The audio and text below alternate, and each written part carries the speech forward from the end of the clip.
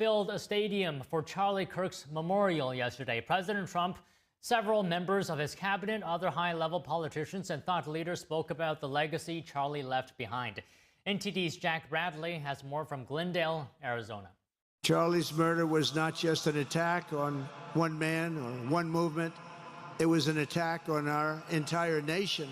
It was an assault on our most sacred liberties and God-given rights. The gun was pointed at him, but the bullet was aimed at all of us. A memorial held for Charlie Kirk at State Farm Stadium in Glendale, Arizona on Sunday. President Trump saying that he'll award Charlie the Presidential Medal of Freedom. It's the highest civilian honor. Tens of thousands of supporters traveling from across the country for an event scheduled within the span of a week. Some beginning to line up at 3 a.m. to secure a spot.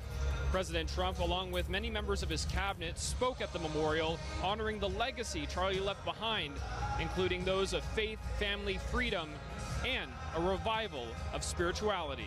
Charlie suffered a terrible fate, my friends. We all know it. We all saw it. But think, it is not the worst fate. It is better to face a gunman than to live your life afraid to speak the truth. Where young Americans are actively told that everything that they were taught, that all the foundations that made our society and our civilization so grand, they were all wrong, they were all evil, that marriage is oppressive, that children are a burden, that America is a source of evil, not of good in the world.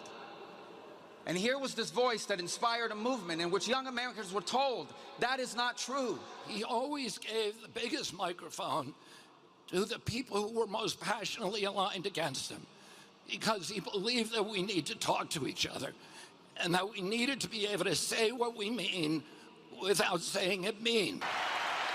Mrs. Erica Kirk, who is now taking over Charlie's company, Turning Point USA, sends a message of hope and unity and a revival of faith. He wanted to save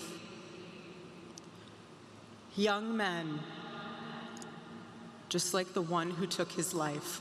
That man, that young man, I forgive him. Several attendees say Charlie's legacy and his fight for traditional values will continue to grow. He loved his God. He loved his family, his poor little kids who I have to see now at church every day without a dad. You know, and he loved America. I actually was talking with Charlie a couple weeks ago, and I asked him, I said, you know, I believe the greatest issue facing our country is the breakdown of the family between one man and one woman. And he said, 100% agree. Charlie valued the personal relationships and going out to campuses and having one-on-one conversations. I think that that really sparked something in the younger generation, and now everyone has an even bigger reason to come together now. A common message we've heard at this event is that there's a change coming to America, a turning point, and that is unity amid disagreements and loving kindness amid political differences. Reporting from Glendale, Arizona, Jack Bradley, NTD News. The tragic death of Charlie Kirk brought many together, including President Trump and Elon Musk. At Kirk's memorial yesterday, Trump and Musk were speaking together and shaking hands. Trump patted Musk on the knee and seemed to introduce him to Ultimate Fighting Championship CEO Dana White. Both Musk and an official White House account shared a photo of the pair on X captioned, "For Charlie, it was the first time the two were seen in public together since Musk left his role at Doge." A public social media spat followed, which Musk later said he regretted. Musk wrote on X about the event, "Every seat in this giant arena that isn't roped off for security is packed to the ceiling. Honored to be here." Musk also posted, quote, "Charlie was murdered by the dark for showing people the light." And now an update on the investigation into Charlie Kirk's assassination. Director Kash Patel said yesterday the FBI is meticulously investigating theories and questions into the murder. Patel wrote on X, "The investigation will touch on the location from where the shot was taken, the possibility of accomplices, the text message, confession, and related conversations." Patel says Discord chats, hand gestures observed as potential signs near Kirk at the time of his assassination, and visitors to the alleged shooter's residence in the hours and days leading up to the shooting will also be scrutinized. Patel also mentioned agents will be investigating the angle of the shot, bullet impact, and how the weapon was transported. The FBI director says the primary focus is to complete this investigation and deliver justice. The details of the assassination and possible motive have taken on major significance, given the political firestorm surrounding Kirk's death. And joining us now is Rabbi Abraham Cooper, former chair of the U.S. Commission on International Religious Freedom and Associate Dean for the Simon Wiesenthal Center. So good afternoon to you, Rabbi, first of all. Erica's public forgiveness of the alleged assassin, was incredibly remarkable. We've seen, not really, we haven't really seen something like this. It's so high profile in recent times. Can we get your first thoughts on what was going through your mind when you first heard that forgiveness? Well, actually, who I thought about was the namesake of our institution, Simon Wiesenthal, a victim of the Nazis who lost 94 members of his family during the Nazi Holocaust because they were Jews. In his book, The Sunflower, he recalls he was brought into a tent of a dying SS officer who admitted on his deathbed that he had murdered Jews, and he wanted to confess to a Jew and to ask for forgiveness. Mr. Wiesenthal's book, he speaks with world leaders around the world, faith leaders. Every conceivable reaction is there. His response was silence. What really touched me about everything that Charlie's widow has done is to emphasize one thing, that Charlie Kirk has made it okay for young people to actually allow God into their lives, to actually challenge and discuss the possibility that faith and values are critically important. I think many people were shocked that she, before her husband had been had even been buried, had it within her to forgive the terrible price that she and her kids are going to pay. It was certainly a singular act. And tonight is the beginning of the Jewish New Year, Rosh Hashanah, the 10 days of repentance. And these fundamental questions of asking for forgiveness, of taking responsibility for one's actions, of making a commitment to a faith community, those are all highlighted between now and the Yom Kippur service 10 days from now. So although she's of another faith, there is a Judeo-Christian value system that has been at the foundation of this wonderful country we call America. And Charlie Kirk, and now his very courageous widow, have brought the issue of religion back into center focus. And if I may, as the former chairman of USERF, I think probably the Chinese communist officials are really worried today because worldwide you saw this stadium filled within a week, hundreds of thousands of people and millions of people around the world getting the message that God still counts, maybe more than ever in the modern world. And when you have societies that are controlled, atheistic societies and others that are controlled by one person at the top, what Charlie Kirk stood for and stands for in terms of his legacy is a real threat to any totalitarian regime. And Rabbi, I would like to just play that message again of her forgiveness because I think it's just so powerful, and I'd like to have our viewers see it again. That man, that young man, I forgive him.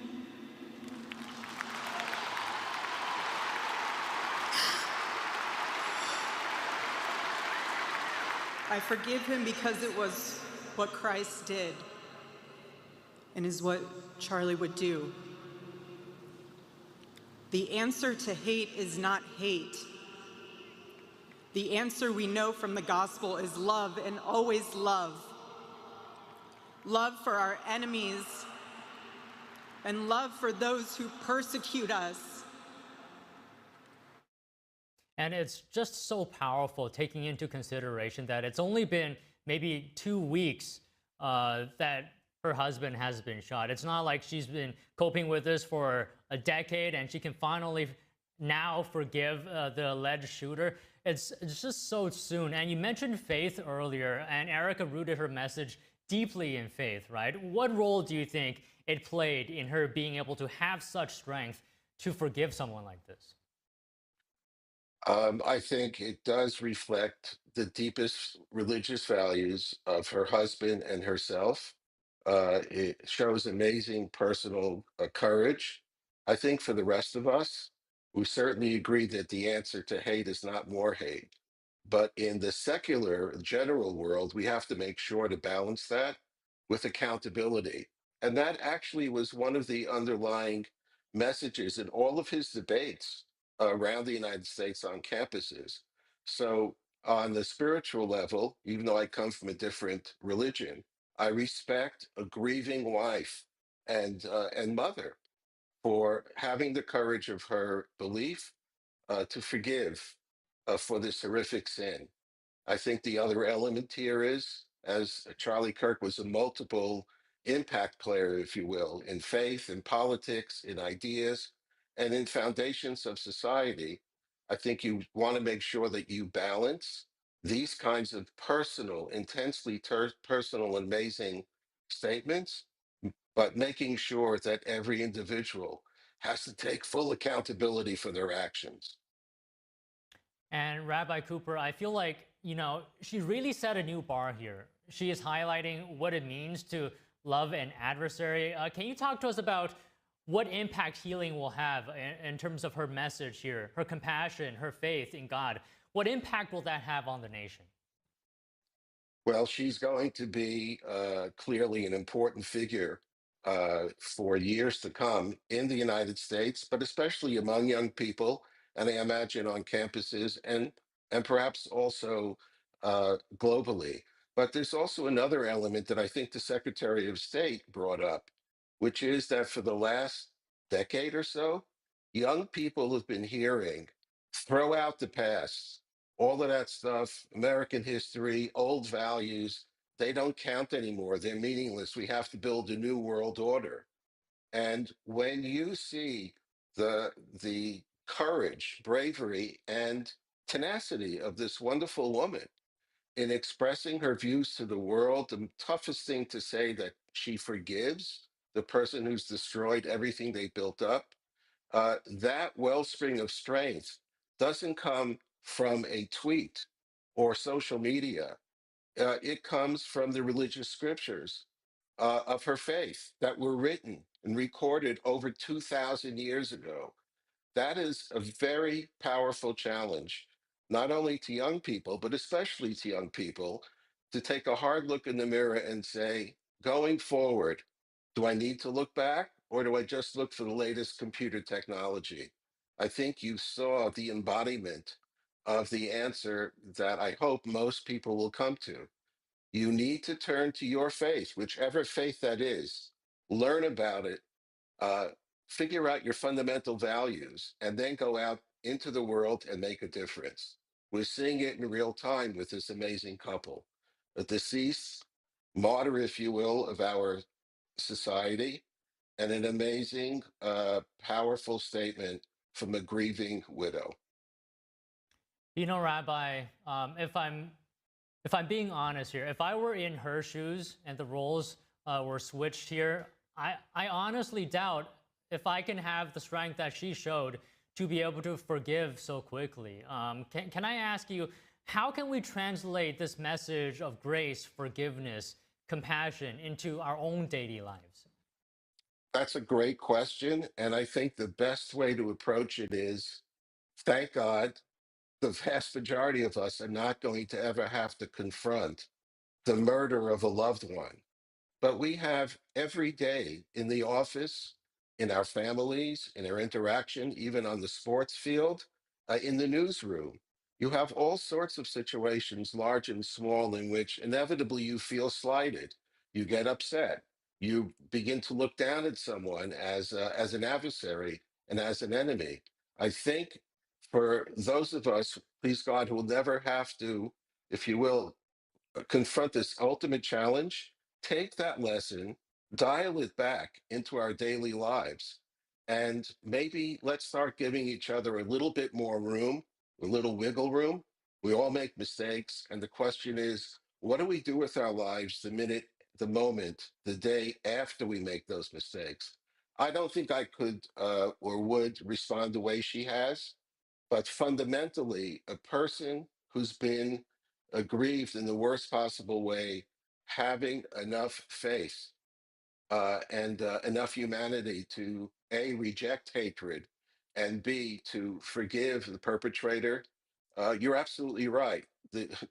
These are few and far between incidents, and to see it broadcast live globally for a woman who's grieving her beloved just a few days later is really amazing. The takeaway for us should be, let's figure out the wellspring of what our faiths uh, offer to young people, whether Jewish, Christian, Muslim, Buddhist, Hindu, etc.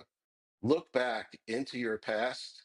You're going to find, I think, important guideposts that will help you as you go out into the real world and the decisions that you have to make in your human interactions, large and small. You're going to find out that God's word and God's love can make a big impact in the quality of your life and your future.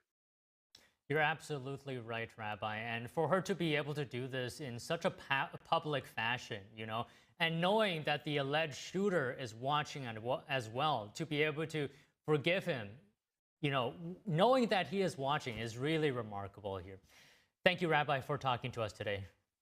Okay, and Shana Tova, Happy New Year to all of your viewers.